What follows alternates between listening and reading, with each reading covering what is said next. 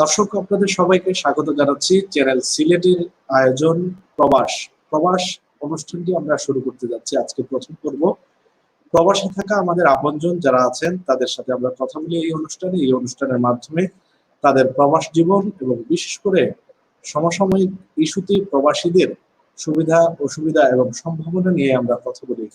বিশেষ করে এখন চলছে করোনা পরিস্থিতি, সারা বিশ্ব জুড়ে করোনা ভাইরাসের সংক্রমণের কারণে সারা দুনিয়ায় এই করোনা ভাইরাসের সংক্রমণের ঝুঁকির কারণে জীবনটা অনেকটাই স্থগিত হয়ে আসছে এবং ঘরবন্দি জীবন কাটাচ্ছে বিশ্বের বিভিন্ন দেশের মানুষ, বিভিন্ন সমাজের মানুষ। একইভাবে বাংলাদেশেও ঘরবন্দি জীবন ছিল, কিন্তু সাধারণ ছুটি এখন অনেকটা স্বাভাবিক হয়ে আসায় সাধারণ জনজীবন কিছুটা হলেও স্বাভাবিক হতে শুরু করেছে। কিন্তু বিশ্বের বিভিন্ন দেশে আমরা জানি যে করোনা ভাইরাস মোকাবেলার জন্য লকডাউনকেই বড় হাতিয়ার হিসেবে গ্রহণ করা হয়েছে।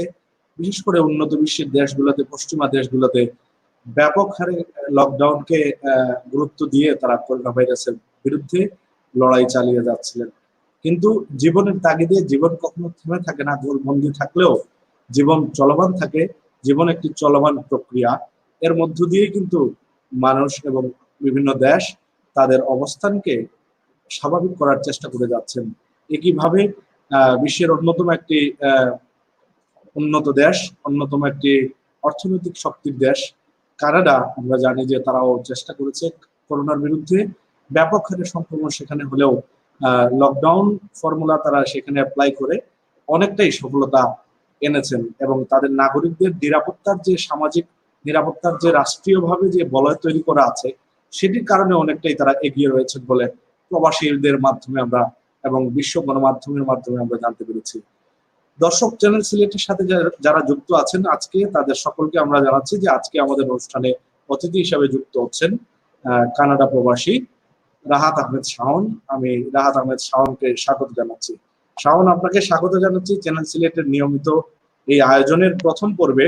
আজকে আপনি যুক্ত আছেন আমাদের সাথে এবং আপনার অভিজ্ঞতা, প্রবাস জীবনের কথা আপনি আমাদের দর্শকদের সাথে শেয়ার করবেন। ধন্যবাদ জানাচ্ছি চ্যানেল সিলেট এবং চ্যানেল সিলেটের টিমের সকলকে। ধন্যবাদ জানাচ্ছি আব্দুল আলিম শাহ আপনাকে আমাকে আজকের অনুষ্ঠানে সংযুক্ত করার জন্য। শুরুতে আমরা কথা বলি, খুব সিরিয়াস ইস্যু নিয়ে আমরা কথা বলতে চাই না। আমরা আসলে করোনা পরিস্থিতি নিয়ে সারা দুনিয়ার মানুষ, আমি শুরুতেই যেটি বলছিলাম যে করোনার কাছে ধরাশায়ী অবস্থায় ট্রমার মধ্য দিয়ে কিন্তু আমরা যাচ্ছি। সুতরাং এই বিষয় নিয়ে আমরা আর এখন ইউটিউব চ্যানেলে কিংবা ফেসবুক পেজে আমাদের চ্যানেল সিলেটের যারা দর্শক আমাদের সাথে সম্পৃক্ত হয়েছেন তাদেরকে আমরা খুব বেশি বিরক্ত করতে চাই না। আমরা কিছু সম্ভাবনার কথা শুনতে চাই। আপনি বাংলাদেশে যখন ছিলেন তখন আমরা জানি যে পেশাগতভাবে একজন আইটি এক্সপার্ট হিসেবে কাজ করেছেন, সফটওয়্যার ইঞ্জিনিয়ার হিসেবে আপনি বিভিন্ন ফার্মে আপনার কর্মদক্ষতা দিয়ে আপনি দায়িত্ব পালন করেছিলেন। একইভাবে আমরা জানি যে আপনি কানাডাতে যখন অবস্থান করছেন যতদিন থেকে, সেখানেও আপনি সফটওয়্যার ইঞ্জিনিয়ারিং এ কাজ করছেন। এই করোনা পরিস্থিতিতে সেখানকার অবস্থা কি? আমরা জানি যে মানুষ সাধারণ কর্ম থেকে মানুষ বিরত থাকতে হচ্ছে, মানুষকে ইন্ডাস্ট্রিয়ালাইজ যত কর্ম আছে সেখানে মানুষ যেতে পারছে না। স্বাভাবিক একেবারে আমি খোলাসা করে বলি যে একটি মুদি দোকানেও কিন্তু কর্মচারী যারা ছিলেন তারাও দোকান খুলে সেখানে যেতে চাকরি করতে পারছেন না। কিন্তু আইটি জগতে অর্থাৎ ইনফরমেশন টেকনোলজির যে জগৎটি রয়েছে, বিশাল জগৎ, সেখানকার যারা মানুষজন রয়েছেন অর্থাৎ আপনারা এই সময়ে কেমন দিন কাটাচ্ছেন, এটা দিয়ে একটু শুরু করতে চাই। হ্যাঁ, প্রথমেই আমি লাইক বাংলাদেশের সকল মানুষের সুস্বাস্থ্য কামনা করছি। আসলে একটি কথা দিয়ে আমি শুরু করব এখানে, যে যখন আমাদের সিটিতেও, আমি কানাডার ওটোয়া সিটিতে আছি, যখন আমাদের সিটিতেও ধরেন প্রতিদিন গড়ে 300, 400, 450 মতো কোভিড-19 নতুন কেস পাওয়া যেত, মানে মানুষরা যখন আক্রান্ত হতো, তখনও আমরা তেমন একটা ওয়ারি ছিলাম না বাংলাদেশি হিসাবে। কিন্তু যেদিন থেকে বাংলাদেশের আমরা দেখলাম যে কোভিড-19 এর যে মহামারী শুরু হয়েছে, সেটা হচ্ছে ধরেন মার্চের শেষের দিকে, সেদিন থেকে আসলে আমরা খুব বেশি মানে চিন্তিত হয়ে পড়ি বাংলাদেশের সকল মানুষের কথা চিন্তা করি আসলে। কারণ কারণ আমাদের ফ্যামিলির সবাই বন্ধু লাইক পরিচিত সবাই বলতে গেলে বাংলাদেশেই বসবাস করছেন, বাংলাদেশি আছেন। এজন্য আসলে আমরা বাংলাদেশকে নিয়ে বেশি চিন্তিত। আপনি যে বিষয়টি আসলে জানতে চেয়েছেন যে মানে বিজনেস যে কোভিড-19 এর যে ইমপ্যাক্টটা পড়েছে, আসলে আপনি হয়তো এই সম্বন্ধে অলরেডি জানেন যে কানাডার মতো একটা দেশ যেটি আসলে আইটি সেক্টরে অনেক বেশি এগিয়ে আছে।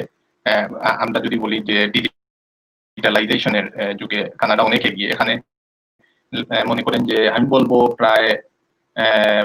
প্রায় 90% বিজনেস বলেন যেগুলো আসলে আইটির উপরে ডিপেন্ডেন্ট, ওরা ডিজিটালাইজ হয়ে গেছে। এর জন্য আসলে ইমপ্যাক্ট আসলে খুব বেশি একটা পড়ে নাই। যেমন ওরা আসলে ধরেন বিজনেসটা অনলাইনে, অফিসের কাজ বাসায় বসে করতেছে, যেমন আমরা করতে কাজ করতেছি ডে ওয়ান থেকেই। আবার গভর্নমেন্টেরও একটা হেল্প ছিল এখানে, বড় একটা হেল্প। যেমন যাদের জব চলে গেছে, মানে বিশেষ করে ধরেন যারা একটু রিটেল শপে জব করতো, ধরেন লাইক কাপড়ের দোকান এগুলাতে, তো তাদের পুরো শপ স্টোরটা বন্ধ করতে হয়েছে। বিশেষ করে কাপড়ের দোকান এখানে ডে ওয়ান থেকে বন্ধ ছিল। এখন সেকেন্ড ফেজের পরে আসলে এটা খুলে দেওয়া হয়েছে এই মাসেই। তো এর আগের পর্যন্ত মানে এখানের সব এমপ্লয়ীদেরকে গভর্নমেন্টই হেল্প করছে। আর আইটি সেক্টরের গভর্নমেন্ট কোনো হেল্পও করতে হয় নাই এখন পর্যন্ত। ওরা পুরোপুরি মানে আমরা যারা ছিলাম আমরা সবাই করে বসে কাজ করতেছি। ইভেন ওই অফিসে যে কাজটা করতে পারছি এখানে বসে সেম কাজটা করতে, এটা শুধুমাত্র মানে ব্রডব্যান্ড ইন্টারনেট কানেকশন থাকার ফলেই সম্ভব হয়েছে। তো আমি মনে করি যে বাংলাদেশেও আসলে এটা মানে অনেকটা সম্ভব হবে অদূর ভবিষ্যতে আর কি। আপনাকে যেটি আশ্বস্ত করতে চাই, বাংলাদেশ ডিজিটালাইজেশনের যুগে কিন্তু প্রবেশ করেছে অনেকদিন থেকেই এবং বেশ কিছুটা এগিয়েও গিয়েছে। এই সংকটকালীন সময়ে আমরা দেখেছি যে তরুণ যারা রয়েছে, যারা আইটি সেক্টরে কাজ করেন, যারা আউটসোর্সিং করেন, তারা কিন্তু ঘরে বসেই আছেন এবং তাদের কাজটি মূলত ঘরে বসেই, তাদের নিজেদের ঘর থেকেই তারা কিন্তু দুনিয়ার সাথে নেটওয়ার্কিং এর মাধ্যমে তারা কাজ নিয়ে আসেন এবং টেন্ডার বিড করেন, সেখান থেকে কাজ কালেক্ট করে তারা সেই কাজগুলো সম্পন্ন করে তারা সেখান থেকে রেমিটেন্স আয় করেন এবং এই পরিমাণটি নিতান্তই কম নয়, অনেক বেশি।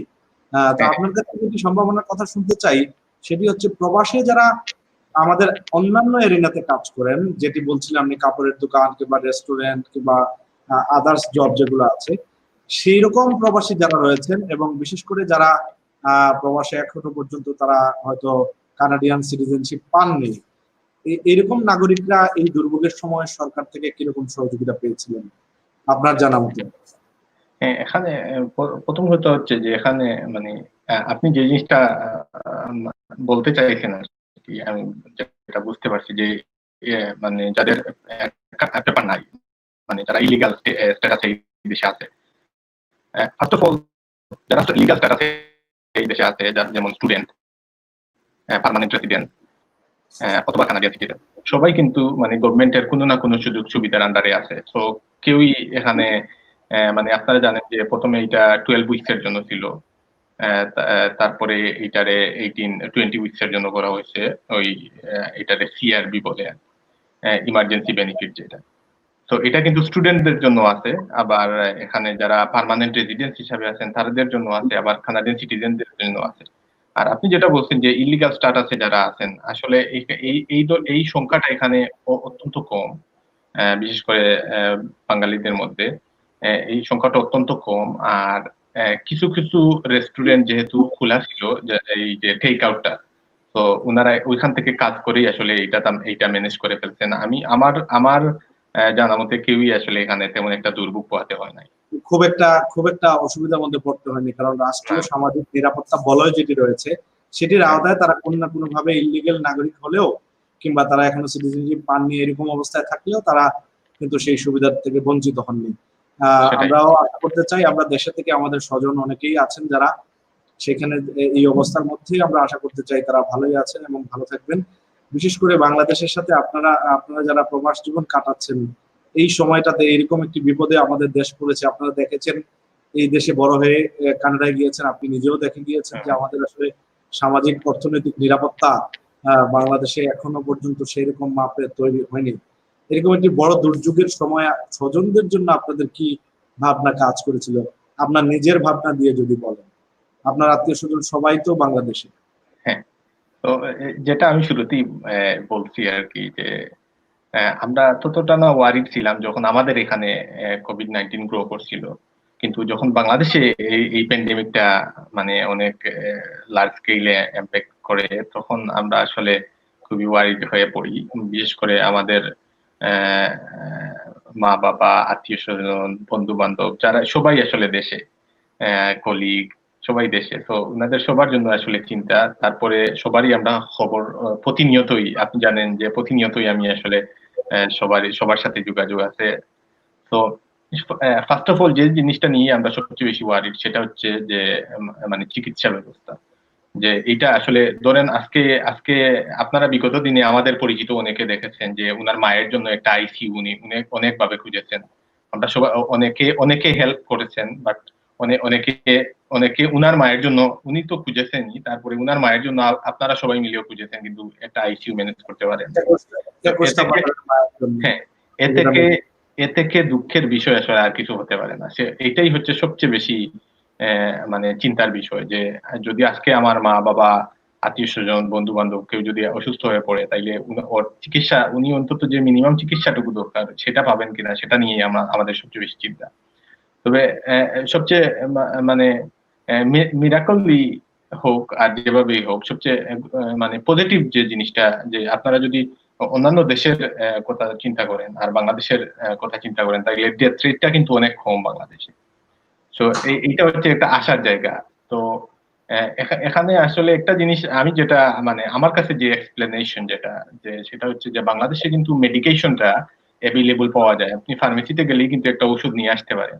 কিন্তু এই দেশে আমাদের এখানে যে জিনিসটা হয়েছে, আপনি যদি হসপিটালে যান, ওনারা কিন্তু আপনাকে মেডিকেশন দিতে দিতে অনেকটা সময় নিয়ে নিবে। মানে ওরা চিন্তা করবে যে আপনার শরীরের জন্য কোন মেডিকেশনটা প্রয়োজন, এই সময়ের মধ্যে কিন্তু অ্যাপ্রোপ্রিয়েট, তো এই সময়ের মধ্যে কিন্তু আপনার আসলে এই মানে কোভিড-19 যে ভাইরাসটা আছে, এটা আসলে আপনার শরীরে অনেক বেশি ইমপ্যাক্ট করে ফেলে। বাংলাদেশের জন্য যেটা হয়েছে, যে বাংলাদেশের মানুষরা আসলে পজিটিভ হোক আর নেগেটিভ হোক, ফার্মেসি থেকে নিয়ে এসে আসলে ওষুধটা খেয়ে ফেলতেছে। এর জন্য আসলে অনেকটা শাওন, আপনাকে আপনার কথা আমরা শুনছি এবং আমরা খুব অল্প সময়ের ভিতরে শেষ করবো, যেহেতু আমরা এই কন্টেন্টটি ইউটিউবের জন্য ডেডিকেটেড একটি কন্টেন্ট, আমরা ফেসবুক লাইভেও কাজ করছি, একই সাথে সরাসরি সম্প্রচার হচ্ছে। আপনি যদি শেষ 2 মিনিট আপনি আপনার স্বজনদের উদ্দেশ্যে কিছু বলেন, প্রবাস জীবন থেকে আপনার যে কোনো কিছু হতে পারে, আপনার কোনো শেয়ারিং হতে পারে, আপনার ফ্যামিলির সবার সাথে আপনার প্রতিনিয়ত কথা হয় আমরা জানি, কিন্তু এই অনুষ্ঠানের মাধ্যমে আমরা একটা বিগ কমিউনিটির সামনে আপনার ফ্যামিলির সদস্যদের, আত্মীয় স্বজনদের সাথে কথা বলার সুযোগটা করে দিতে চাই, এই জন্য যে আরো যারা প্রবাসী আছেন অনেকে হয়তো সুযোগ সুবিধার অভাবে তারা দুশ্চিন্তাগ্রস্ত থাকেন যে তাদের স্বজনদের সাথে আসলে রিলেশনটা কিরকম যাচ্ছে এই সময়। তাই এই পাবলিক এই পেজের মাধ্যমে যদি আপনি আপনার স্বজনদের উদ্দেশ্যে কিছু বলেন লাস্ট 2 মিনিট। হ্যাঁ, আপনি হ্যাঁ, আমি আসলেই এই অনুষ্ঠানের মাধ্যমে প্রথমে আপনাদেরকে ধন্যবাদ জানাচ্ছি যে আপনারা আসলে এই আমাকে ইনভাইট করার জন্য। আর আমি আমার দেশের সকল মানুষের উদ্দেশ্যে আসলে একটা জিনিসই চাইবো, সেটা হচ্ছে যে যাতে ওনারা সুস্থ থাকেন, ভালো থাকেন।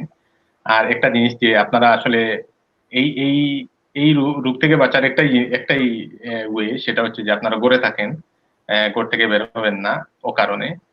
আর যেটা আননেসেসারি যে জিনিসগুলো আছে, যেমন আপনার শপিং, সামনে ঈদ আসছে, আপনার শপিং বা আপনার আত্মীয়র বাড়িতে বেড়াতে যাওয়া, সেটা থেকে বিরত থাকেন অবভিয়াসলি। আর আমি এই প্ল্যাটফর্মের মাধ্যমে আসলে আরেকটা জিনিস আমি শেয়ার করতে চাই, as a previous student of Bangladesh. Like আপনি জানেন যে আমি মেট্রোপলিটন ইউনিভার্সিটিতে ছিলাম, নর্থ ইস্ট ইউনিভার্সিটিতে ছিলাম, তারপরে শাহজালাল ইউনিভার্সিটিতে ছিলাম। তো আমি আসলে সবাইকে একটা জিনিসই বলতে চাই, আসলে আপনারা দেখেন যে যারাই বাইরে আসছে, এখন প্রায় লাইভে সংযুক্ত হচ্ছেন আমাদের শাস্ত্রের অনেক অনেক অনেক এক্স স্টুডেন্ট, যারা আমেরিকাতে অনেক বড় বড় সফটওয়্যার কোম্পানিগুলোতে কাজ করতেছেন এখন। তো আপনারা সবাই একটা জিনিস করেন, যে যারাই আপনারা আছেন দেশে, আপনারা ভালো করে পড়ালেখা করেন, তারপরে দেশে দেশে দেশে দেশে থাকেন অথবা দেশের বাইরে আসেন, ইট ডাজন্ট ম্যাটার, বাট আপনারা ভালো করে পড়ালেখা করে বাইরে আসেন, আপনারা এখানে অনেক ভালো অপরচুনিটি পাবেন। কারণ আমি এখানে যখন আসছি, মুভ করছি, আমি ডে ওয়ান থেকে একটা সফটওয়্যার ফার্মের সাথে আছি, আমি ভালো অবস্থানে আছি। তো আমি আমার এই পার্সোনাল ওপিনিয়নটুকু আপনাদের সাথে শেয়ার করলাম। আপনারা আসলে পড়ালেখা করে আসেন, ভালো করে পড়ালেখা করেন। আর স্পেশালি আমি যেটা বলবো যে আপনারা যদি আইটি সেক্টরে হন, তাহলে ফার্স্ট অফ অল আপনারা অনেক লাকি যে এখান থেকে আসলে আপনারা অনেক দূর যাওয়া সম্ভব। আর সবার সুস্বাস্থ্য দীর্ঘায়ু কামনা করছি। শাওন, আরেকটা মিনিট বেশি নিয়ে দিচ্ছি। আপনি যে প্রসঙ্গটি তুললেন যে এই অবস্থায় যখন কর্মহীন হয়ে পড়ছে মানুষ, বাংলাদেশে প্রচুর পরিমাণ মানুষ শ্রমহীন হয়ে পড়ছে, বিভিন্ন বড় বড় কোম্পানি তাদের কর্মীদেরকে ছাঁটাই করে দিচ্ছে, কারণ হলো ইকোনমিক্যালি তাদের ইন্ডাস্ট্রিগুলো ভায়াবল থাকছে না, অর্থনৈতিক অবস্থা তারা ধরে রাখতে পারছে না, যেহেতু প্রোডাকশন নাই। প্রোডাকশন যেখানে বন্ধ থাকে সেখানে আসলে সব ধরনের সম্ভাবনাই আসলে ক্ষীণ হয়ে আসে। সেই অবস্থার মধ্যে কিন্তু বাংলাদেশে একটা বড় ঝড় সামনে আসছে, আমরা দেখতে পাচ্ছি যে প্রচুর পরিমাণ মানুষ বেকার হয়ে যাবে। এই অবস্থায় বাংলাদেশে যারা টুকটাক আইটি সেক্টরে কাজ করেন এবং আউটসোর্সিং এর সাথে সম্পৃক্ত আছেন, তাদের সম্ভাবনা নিয়ে অল্প কিছু বক্তব্য যদি আপনি দেন। আপনি বাংলাদেশেও আইটিতে সফলভাবে কাজ করে গেছেন, একইভাবে উন্নত বিশ্বে কানাডায় গিয়ে সেখানেও কিন্তু একজন আইটি এক্সপার্ট হিসেবে সেখানে কাজ করছেন। আমাদের এই জায়গায় আমাদের প্রজন্মের কোনো সম্ভাবনা আছে কিনা, নাকি আমরা শুধু হায় হায় করেই বসে থাকবো যে আমাদের ইন্ডাস্ট্রি বন্ধ, আমরা আর কিছু করতে পারলাম না? না, আব্দুল আলিম শাহ, আমি আসলে আপনার সাথে এখানে পুরোপুরি একমত না। আসলে সব সেক্টর গুলা কিন্তু বন্ধ হয় নাই। তবে বাংলাদেশের জন্য যেটা দুঃখজনক বিষয়, মানে অ্যালার্মিং, সেটা হচ্ছে যে এখানে আমরা যদি এখানে ফার্স্ট ওয়ার্ল্ডে দেখি, আমি যখন ওয়ালমার্টে যাই বা বড় বড় কোনো স্টোরে যাই, গিয়ে দেখতে পারি এখানে কিন্তু ওয়ালমার্টের কিন্তু 90%, মোর দেন 90% পোশাক আসে বাংলাদেশ থেকে। তো এখানে এই খাতটা কিন্তু অনেক বেশি মানে এফেক্টেড হবে, সেটা নিঃসন্দেহে। কারণ এখানে আমি যদি ওয়ালমার্টে যাই, গিয়ে দেখি আমি এখানে কোনো পোশাক নাই, কারণ ওরা ইনপুট করতেছে না পোশাক। কারণ এখানে মানে মানুষ এখন প্রথমেই যেটা বন্ধ করে দিয়েছে সেটা হচ্ছে শপিং, মানে আননেসেসারি শপিং যেটা আমরা বলি। তো এই সেক্টরটা সবচেয়ে বেশি এফেক্টেড হয়েছে। আরেকটা সেক্টর, আমি কিছুদিন আগেও বাংলাদেশের একজন একটা সফটওয়্যার ফার্মের সিইও, ওনার সাথে কথা বলছিলাম আর কি, বিজনেস পারপাস এবং ফিউচার বিজনেস নিয়ে। তো আসলে দুইটা, আমরা যদি রিটেল যে সবগুলা আছে, আর যদি আমরা বলি যে ট্রাভেল ইন্ডাস্ট্রি, এই দুই ইন্ডাস্ট্রি সবচেয়ে বেশি এফেক্টেড হয়েছে এই কোভিড-19 এর জন্য। আবার আমরা যদি অন্য যে কোনো মানে চিন্তা করি, সাপোজ এখন কিন্তু হেলথ ইন্ডাস্ট্রিতে সবাই ইনভেস্ট করতেছে। আবার আপনি দেখবেন যে এই হেলথ ইন্ডাস্ট্রিতে কিন্তু আবার আইটি এক্সপার্ট যারা আছেন ওনাদের অনেক কিছু করা আছে। তো আমি বলবো যে আসলে আইটি সেক্টরটা মোটেও এফেক্টেড হবে না, শুধুমাত্র এফেক্টেড হয়েছে যে আপনার এই পোশাক খাত যেটা আছে, এইটা সবচেয়ে বেশি এফেক্টেড হয়েছে, আর হয়েছে ট্রাভেল ইন্ডাস্ট্রি। তো আমি বলবো যে আসলে আমাদের যে পোশাক খাতের যে নির্ভরশীলতা আছে, সেইটার সাথে সাথে এখন আমাদের আসলে অনেক বেশি যে আইটি সেক্টরের নির্ভরশীলতা বাড়ানো দরকার, যাতে করে আমরা আইটি সেক্টরে ইনভেস্ট করে আমরা অনেক বেশি রেভিনিউ জেনারেট করতে পারি, মানে বাংলাদেশ গভর্নমেন্টের জন্য, বিশেষ করে যে আউটসোর্সিং যেটা আছে। কারণ বাংলাদেশের ইভেন আমাদের সিলেটের অনেক বড় বড় সফটওয়্যার ফার্ম আছে যারা আসলে খুবই ভালো কাজ করতেছে দেশের বাইরে, এবং অনেক বেশি ফরেন রেমিটেন্স বাংলাদেশের জন্য নিয়ে আসছে। আমরাও দেখছি আসলে বাংলাদেশে যারা আউটসোর্সিং এর সাথে যুক্ত আছেন, অর্থাৎ ইনফরমেশন টেকনোলজি বেসড কাজগুলো করেন, তারা আসলে এই ঘরবন্দি জীবন কিংবা লকডাউন বলেন কিংবা সাধারণ ছুটি বলেন, কোভিড-19 করোনা ভাইরাসের আক্রমণের ফলে স্বাভাবিক জীবনযাত্রা অনেকটা অনিশ্চয়তার মধ্যে পড়লেও তারা কিন্তু আসলে স্বাভাবিকভাবেই কাজ করছেন এবং তাদের কাজের এরিনাটা আসলে একেবারেই বন্ধ হয়ে যায় না। তারপরেও তারা যেটা বলছে, যেহেতু দুনিয়াব্যাপী এই করোনা ভাইরাসের কারণেই অনেকটাই সীমিত আকারে জীবনযাপন চলছে, তাতে তাদেরও কিন্তু অর্ডারের সংখ্যা কম, তারাও কিন্তু কাজ খুব বেশি যে পাচ্ছেন এখন বর্তমান পাইপলাইনে তা কিন্তু নয়। তারপরেও এই জায়গাটায় আশার আলো জ্বালিয়ে রাখে বাংলাদেশে, কারণ এখন বাংলাদেশে অনেক বড় একটা ইন্ডাস্ট্রিতে পরিণত হচ্ছে আউটসোর্সিং ইন্ডাস্ট্রিটা। আইটি টেকনোলজি বেসড জবে যারা আছেন, যারা ঘরে বসে নিজের দুনিয়ার কাজ করেন এবং তারা কারো মুখাপেক্ষি হতে চান না, কোনো কোম্পানিতে গিয়ে অফিস করে বসে চাকরি করতে চান না, নিজের ঘরে একটি কম্পিউটার, একটি ইন্টারনেটের লাইন থাকলেই সে একজন আর্নিং সোর্স সে নিজেই বের করে নিতে পারে। এই জায়গাটায় আপনি যে পরামর্শ দিলেন এবং আপনি যে তুলনামূলক আলোচনাটি করেছেন উন্নত বিশ্বের সাথে বাংলাদেশের সুবিধার দিক থেকে আমরা একটু পিছিয়ে থাকলেও বর্তমান সময়ে যে কাজগুলো যে সুবিধাগুলো থাকলে একজন আউটসোর্সার তার কাজগুলো সে কালেক্ট করে নিতে পারে মার্কেট থেকে, মার্কেট স্পেস থেকে, সেগুলো কিন্তু আছে। এখন ব্রডব্যান্ড পাওয়া যাচ্ছে একেবারে গ্রামে গঞ্জে, হয়তো 100% না হলেও প্রায় সবখানেই কিন্তু ব্রডব্যান্ডের কানেকশন পাওয়া যাচ্ছে, 4G কানেকশন পাওয়া যাচ্ছে। সুতরাং এই কাজগুলো করবে এবং আজকের এই সরাসরি আয়োজনটি যে সকল দর্শক দেখেছেন, বিশেষ করে ইয়াং জেনারেশনের যারা দেখবেন, পরবর্তীতে যারা এই রেকর্ডিংটি দেখবেন, তাদের উদ্দেশ্যে আমরা বলবো রাহাত আহমেদ শাওন যেরকম বাংলাদেশেও সফলভাবে আইটি সেক্টরে কাজ করে আজকে কানাডায় গিয়ে এই পরিস্থিতিতেও তিনি অফিস করছেন এবং তার কাজ চালিয়ে যাচ্ছেন ঘরে বসেও, আমরাও কিন্তু আমাদের দেশের অর্থনীতিকে চালিয়ে নেবার জন্য আমরা এই কাজটুকু করতে পারি। এবং নিজে যদি প্রস্তুত না হই তাহলে এখনই শ্রেষ্ঠ সময় নিজেকে আসলে একজন আউটসোর্সার হিসেবে তৈরি করে নেয়ার।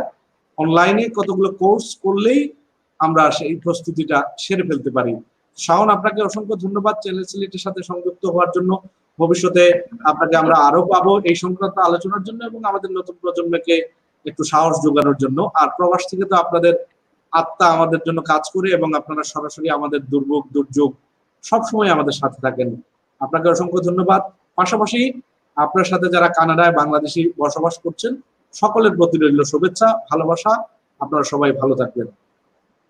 ধন্যবাদ জানাচ্ছি আপনাকে।